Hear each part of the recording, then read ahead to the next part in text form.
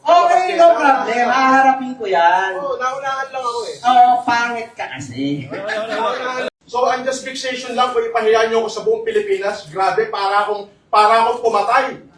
Yung sinasabi niyo marami ko inistapa, 2020 pa lang, dami nang nagsasabi niya, wala naman nagkatotoo, kahit isa.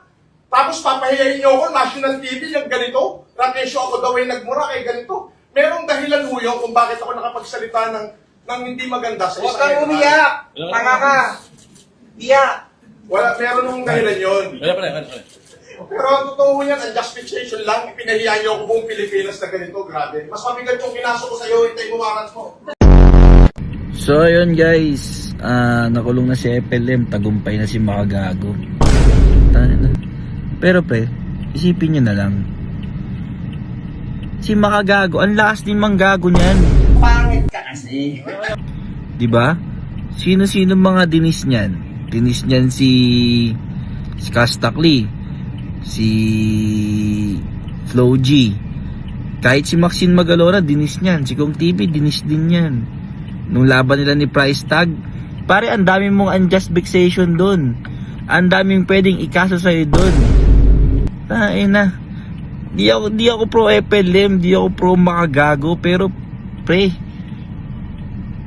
putya, nagbabangayan kayo sa social media. Nung wala ka nang masabi, dinawit mo na yung kaso ng iba. Bakit di mo sila hayaan na magsampa? Bakit nakikibakas ka pa? Meron! Oo, wala boss. Okay, ito mo! Boss, grabe naman ko. Diba, pre? Ay na naman. Makagago. Totoo lang, idol kita nung nagbago ka. Oo, pre, idol kita. Pero, tayo na naman, pre. Nung hindi mo na kinaya si FLM, gumamit ka na ng ibang tao para mapakulong siya. Tapak-tapang muna tao. Bilib ako sa kakayahan mo. Ano ka ba? Diba? Kaya nga Makagago pangalan mo kasi ang lakas mo manggago eh. Nung ikaw nagginagod eh. Diyos ko, nagdemanda na kayo. Ano ba naman yan? Ang laki na nga ng views nyo sa amin eh. Ang laki na ng kinita nyo sa amin. Tapos ganyan na lang nangyari. Bading! Oo. Gusto mo, sabihan kita ng Latin? Anong pambira naman to? Ina mo. Matay ka! Santo Domingue! Ina mo. Sige na. Kala ko pa naman malakas ka.